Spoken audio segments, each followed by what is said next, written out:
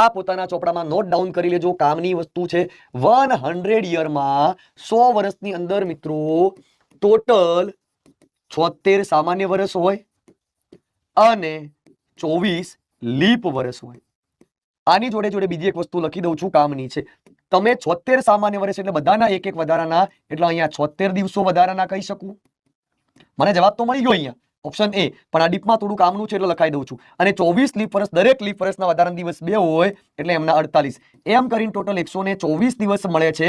એને હજુ 7 વડે ભાગો. જો કાયદેસર ભાગીને ચેક કરીને સમજાવું, 124 ભાગ્યા 7 એટલે એ ચેક કરતા સમજાવું છું કે ટોટલ 100 યરમાં વધારાના દિવસો કેટલા હોય.